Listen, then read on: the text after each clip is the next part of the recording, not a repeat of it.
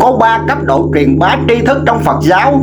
Một là thiên cơ bí mật không thể tiết lộ hay còn gọi là cấp độ quý tộc. Hai là chân truyền dành cho tỳ kheo hay còn gọi là cấp độ tinh anh. Ba là cấp độ nước mắt của Phật tử hay còn gọi là cấp độ bình dân.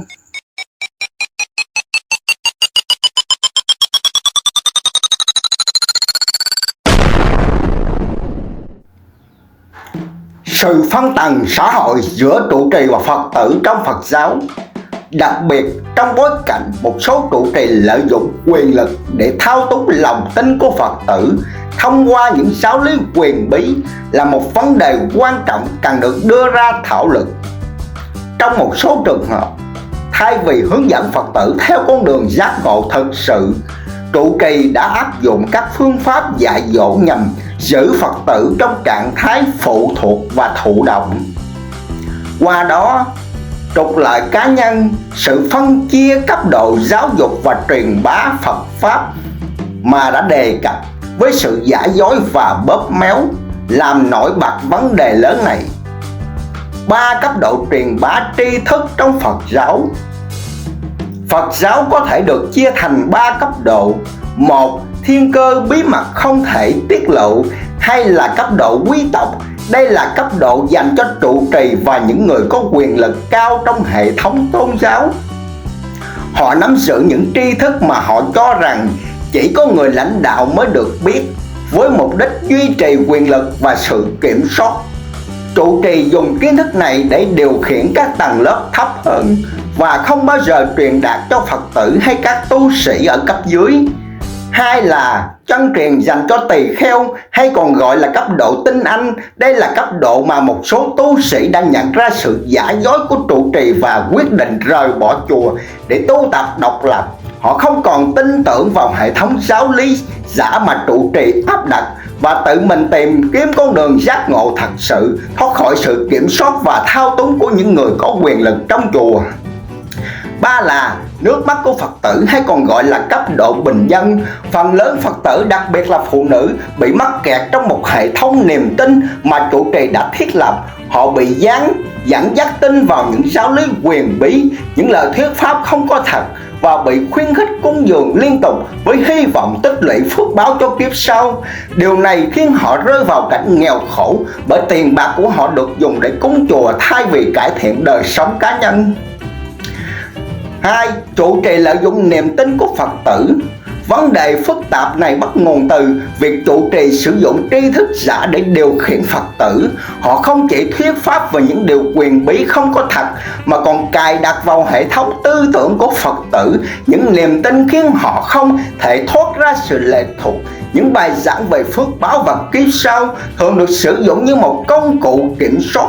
Phật tử dẫn dắt tin rằng nếu họ siêng năng cúng dường và phục vụ chùa, họ sẽ có được cuộc sống tốt đẹp hơn trong kiếp sau.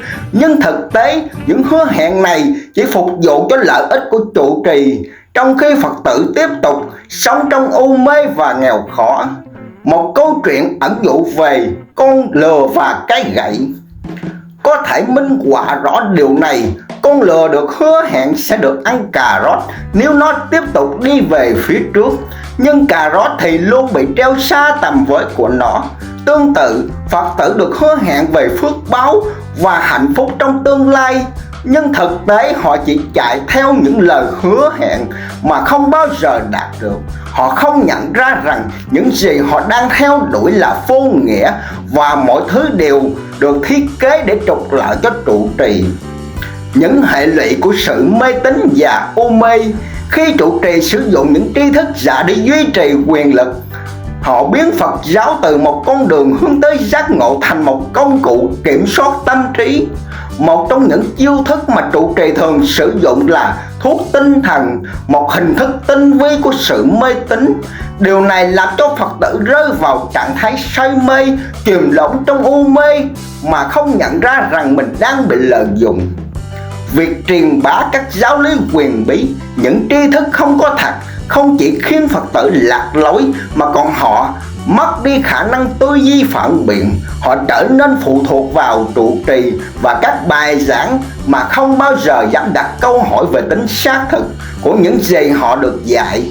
Kết quả là Phật tử không chỉ nghèo đi về mặt tài chính mà còn về mặt tinh thần. Họ trở thành những con cừu lạc lối, bị dẫn dắt bởi những lời hứa hẹn rỗng tuếch. Sự tỉnh ngộ của một số ít. Trong hệ thống này, chỉ có một số ít Phật tử tỉnh ngộ và nhận ra sự giả dối của trụ trì. Họ bắt đầu chất vấn về tính chân thực của những giáo lý mà họ được cho giảng dạy và tự hỏi liệu việc cúng dường phục vụ chùa có thực sự mang lại lợi ích cho họ hay không. Những Phật tử này thường bị trụ trì coi là nguy hiểm, bởi vì sự thức tỉnh của họ có thể lan truyền và làm sụp đổ hệ thống kiểm soát.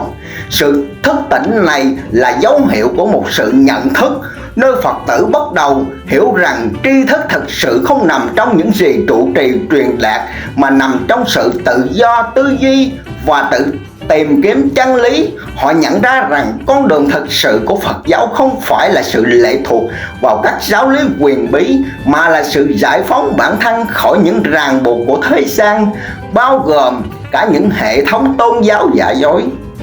Tóm lại, sự phân tầng trong Phật giáo giữa trụ trì và Phật tử, cùng với việc trụ trì sử dụng tri thức giả để điều khiển Phật tử, là một vấn đề nghiêm trọng. Điều này không chỉ làm tổn thương sự phát triển tâm linh của Phật tử, mà còn làm méo mó mục tiêu cao cả của Phật giáo.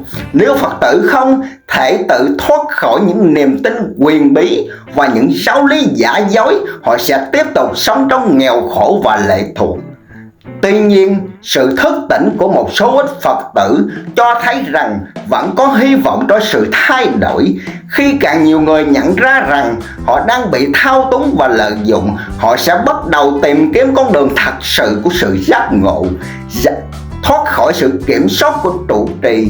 Để làm được điều này, cần phải có sự giáo dục thực sự dựa trên sự thật và lòng từ bi, không phải trên sự giả dối và quyền lực.